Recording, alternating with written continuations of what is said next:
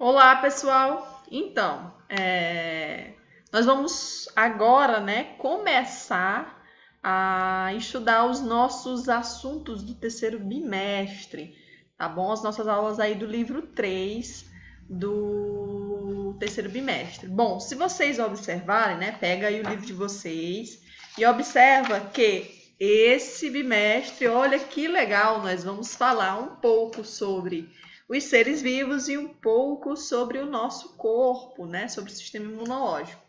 Então, se vocês observarem na página 293 do livro de vocês, vocês verão que os conteúdos sobre os animais, estão divididos aí na unidade 1, vírus e bactérias, na unidade 2, protozoários e vermes, e a unidade 3 e 4, processo de imunização e sistema imunológico, falando aí um pouco sobre o nosso corpo humano, tá bom? Então, nosso primeiro capítulo, portanto, nós vamos tratar sobre dois grupos de seres vivos, que são os vírus e as bactérias, tá bom? Então, antes da gente iniciar a falar propriamente sobre os vírus e sobre as bactérias, nós vamos primeiro entender algumas características dos diferentes grupos de seres vivos e mesmo entender a definição do que é um ser vivo, O que é um ser vivo? O que pode ser considerado um ser vivo, certo? Então, existe uma série de características que a gente utiliza para classificar um ser em vivo e não vivo. E é isso que nós vamos ver agora no início das nossas aulas, algumas características dos seres vivos. Eu coloquei aqui o nome da aula como a organização dos seres vivos. Tá? Nós veremos algumas características inicialmente e depois a gente vai falar propriamente dos vírus, ok? Então, vamos lá para a videoaula. Pessoal, então, vivo ou não vivo? O que é que caracteriza um ser vivo? Deixa eu puxar minha carinha para cá. Pronto. Como a gente aprendeu lá das séries iniciais do ensino fundamental, a gente sabe que um ser vivo é aquele que nasce, cresce, reproduz e morre, não é isso? Não foi assim que a gente aprendeu, o ciclo da vida, nasce, cresce, reproduz e morre? Certo. Um ser vivo, ele obrigatoriamente ele faz esse ciclo de vida, Ele tem esse ciclo de vida, Nascer, crescer, reproduzir e morrer, Mas existe uma classificação, uma definição melhor do que é ser um ser vivo, tá bom? Segundo a teoria celular, ele diz que um ser vivo ele é constituído por células. Essa é a característica de um ser vivo, ser constituído por células, tá bom? Além disso, o ser vivo também ele tem uma composição química do seu corpo bem mais complexa do que de um ser não vivo. Também é uma característica dos seres vivos, certo?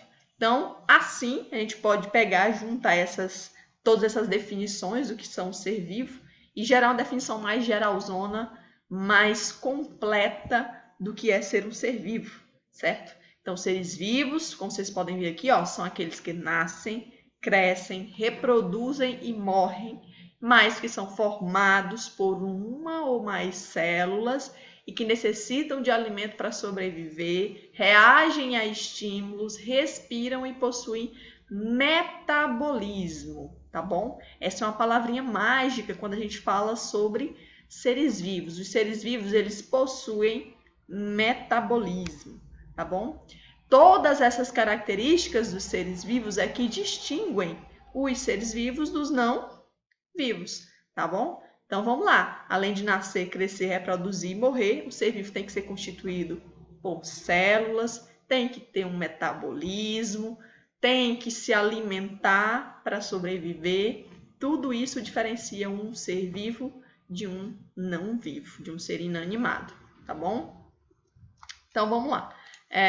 Como vocês viram aí, o que seria esse metabolismo, O que seria esse metabolismo? O metabolismo é o conjunto de todas as reações químicas que ocorrem no interior do corpo de um ser vivo. Que reações químicas, tia? Por exemplo, dentro do nosso estômago, quando a gente se alimenta, esses alimentos são quebrados, né? São quebrados em partículas menores num processo chamado de digestão. O processo de digestão é uma série de reações químicas. Além disso, o processo de respiração dentro das nossas células também é uma reação química. Conjunto de todas essas reações químicas que acontecem no nosso corpo, no nosso sistema nervoso, no nosso estômago, no nosso intestino durante a digestão, na nossa corrente sanguínea, no interior das nossas células para a respiração, todas essas reações químicas que formam o chamado metabolismo, tá bom? É isso que eu quero que vocês entendam aqui no 7º ano, tá bom?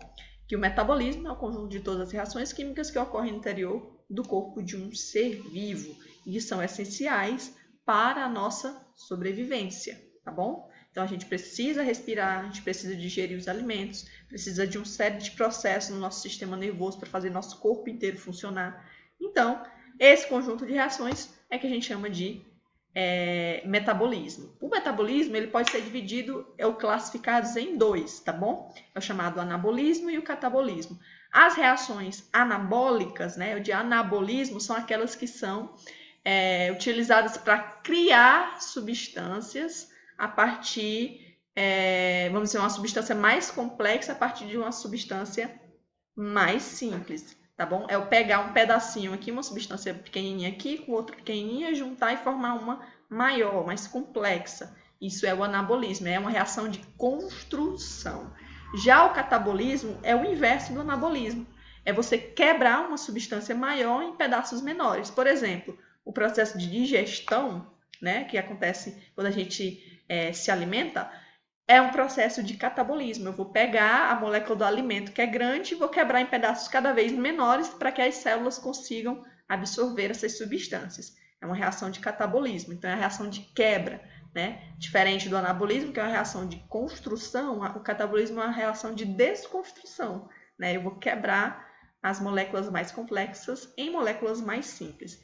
Então, o metabolismo ele é dividido nesses 2 grupos. Catabolismo, ações de quebra, onde eu vou pegar uma substância mais complexa e transformar em uma substância mais simples. E anabolismo, que é a reação de construção, onde eu pego substâncias mais simples para formar uma substância mais complexa. Tá bom? Vamos lá. Continuando, né? Então, segundo alguns cientistas, os seres vivos são entidades que apresentam as propriedades de reprodução, variação e hereditariedade. Ao longo do seu estudo na biologia, né, que é a parte da ciência que vai estudar aí mais sobre os seres vivos, a gente vai entender o que é essa variação, o que é essa hereditariedade. São assuntos para outras séries, outros capítulos, tá bom? Mas saibam que todos os seres vivos, eles têm uma capacidade de passar os seus genes, né, a sua identidade genética para vamos dizer assim, as gerações futuras. É o tipo da coisa. Você provavelmente se parece com seu pai, ou com sua mãe, ou com a mistura dos dois. Então, quer dizer que você herdou certas características genéticas do seu pai e da sua mãe. Isso que é hereditariedade, por isso que é chamado hereditariedade, porque você herda dos seus genitores, né, dos seus pais, tá bom? Então, os seres vivos, de uma forma geral, eles têm essa capacidade de passar as suas informações, a sua identidade, vamos dizer assim, sua identidade genética para as gerações futuras, tá bom? Mas, né, nós podemos usar uma classificação mais geral ou uma lista de características, como a seguinte, para definir o ser vivo. Vou trazer para cá. Então, vejam aqui, ó.